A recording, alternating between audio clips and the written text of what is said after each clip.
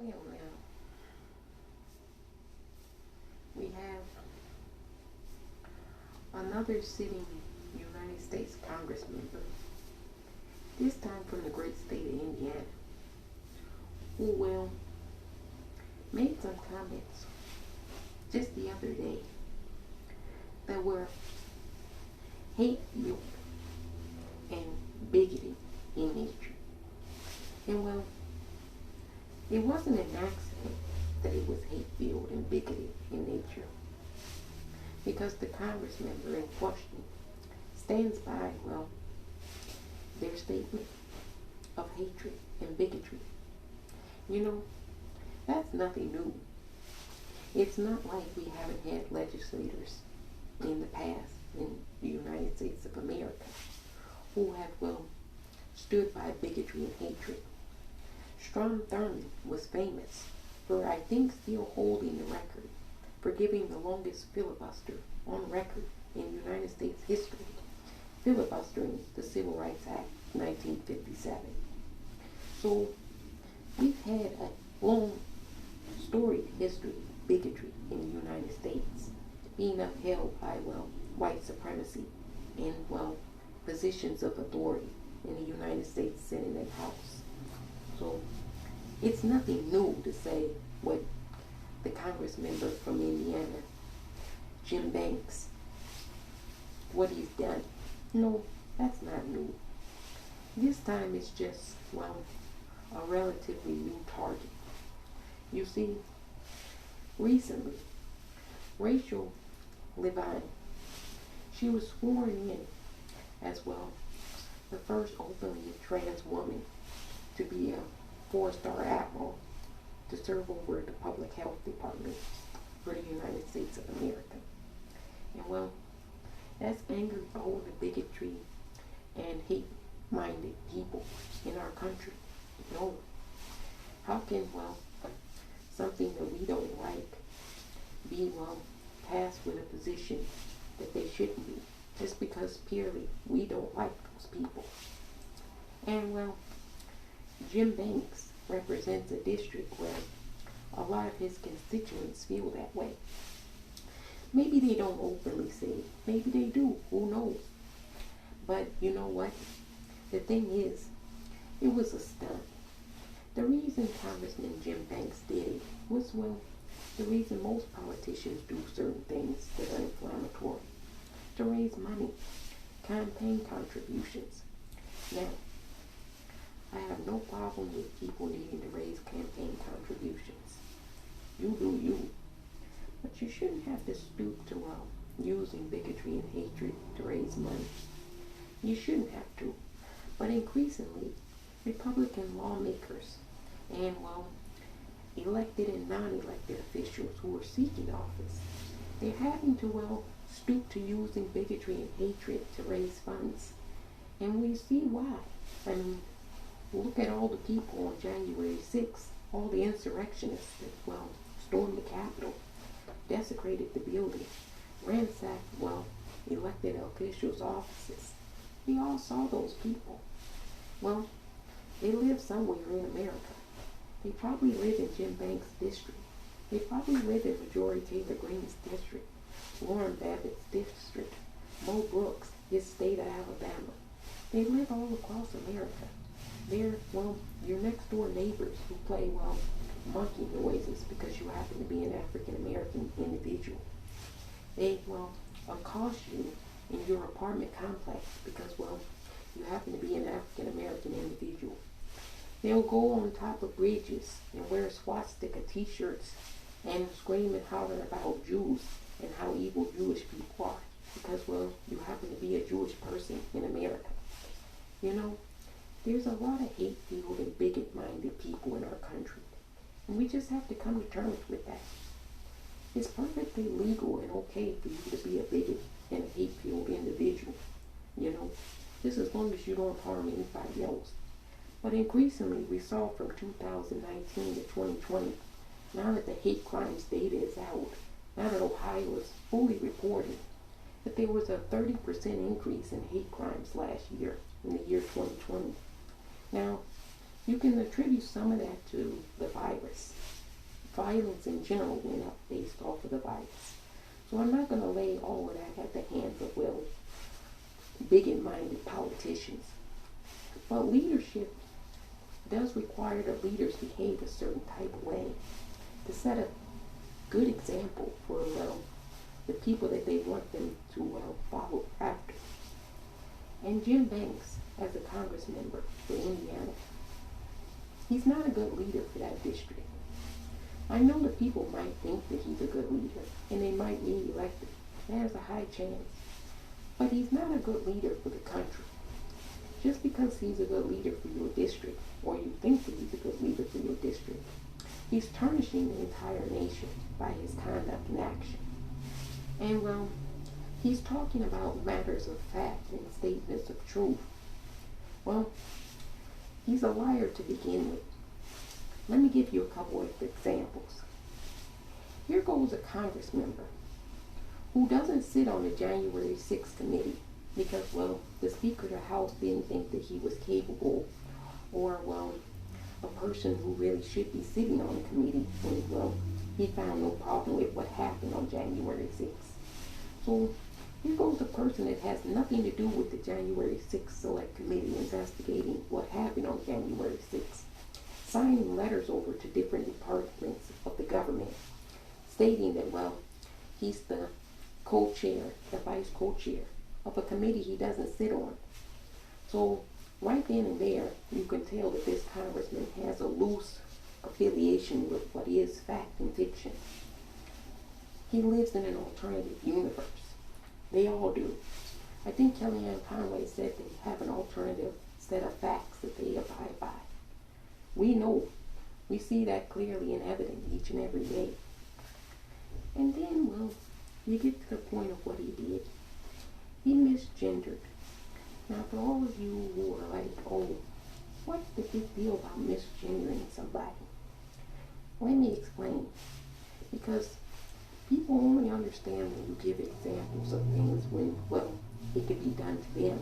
And then they think, oh, that is harmful. Now, you first have to know what misgendering is. Misgendering is basically, well, somebody identifies as being non-binary. And, well, you just determine and continue to allege that they're not what they say they are. They're what you're going to make them as to be.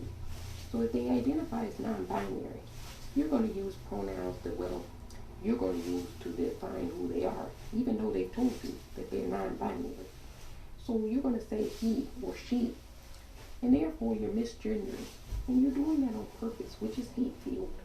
Let me explain why it's hate-filled. Everybody has a right to, well, self-determination, to determine what they are as an individual.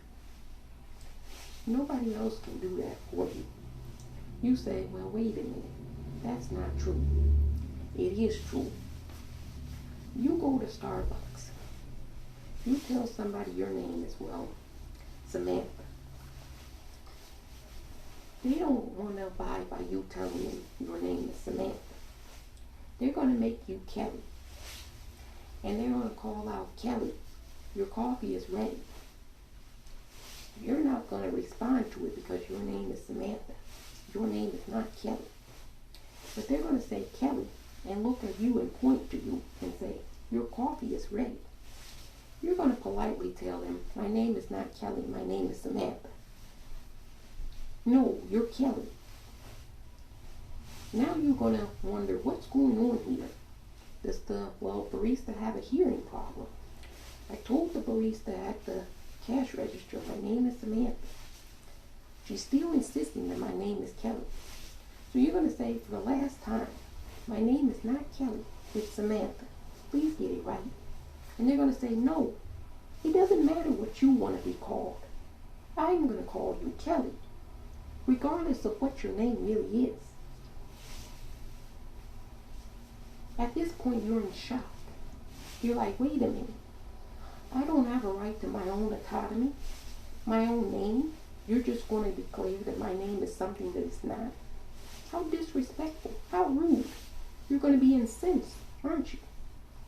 Well, Can you imagine if people purposely did that to you? Just because, well, you were different. And, well, you didn't fit into a mold that people could extract or understand. And they don't want to seek to understand. They just want to stay on a low vibrational, ignorant base level. That's what Jim Banks is. He's a clown. He's not a legislator. And, well, he knows that. But a lot of the people that, well, he's legislating for, they're so hateful and bigoted that, well, they're clowns too. And he can raise money off of them. They'll cheer him on and say, yeah, Jim, you're doing a good job. But here's the thing. It's not a good job. It's actually something that, well, cisgender people wouldn't want to happen to them. You go and you get married. You change your last name.